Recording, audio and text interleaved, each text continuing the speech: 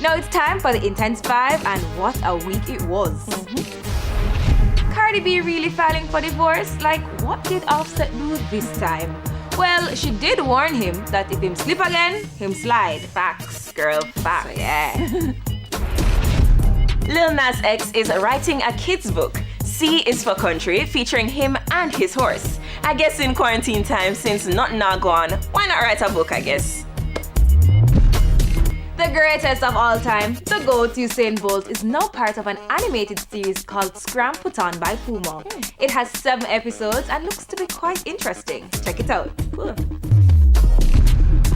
Rohan Chung now has a hefty legal fee to pay after he was served a bill by lawyers for Rhoda Crawford for $2 million. Even though he lost a vote in the recount, he still isn't satisfied. Who knows? And finally holding the spot this week. No, it's not Amari, but it's all about the women in the Senate, including the youngest woman ever. Big up to all the ladies, proud of Uno. That's it for the Intense 5 tonight. Remember to follow us at TVJ Intense on Instagram.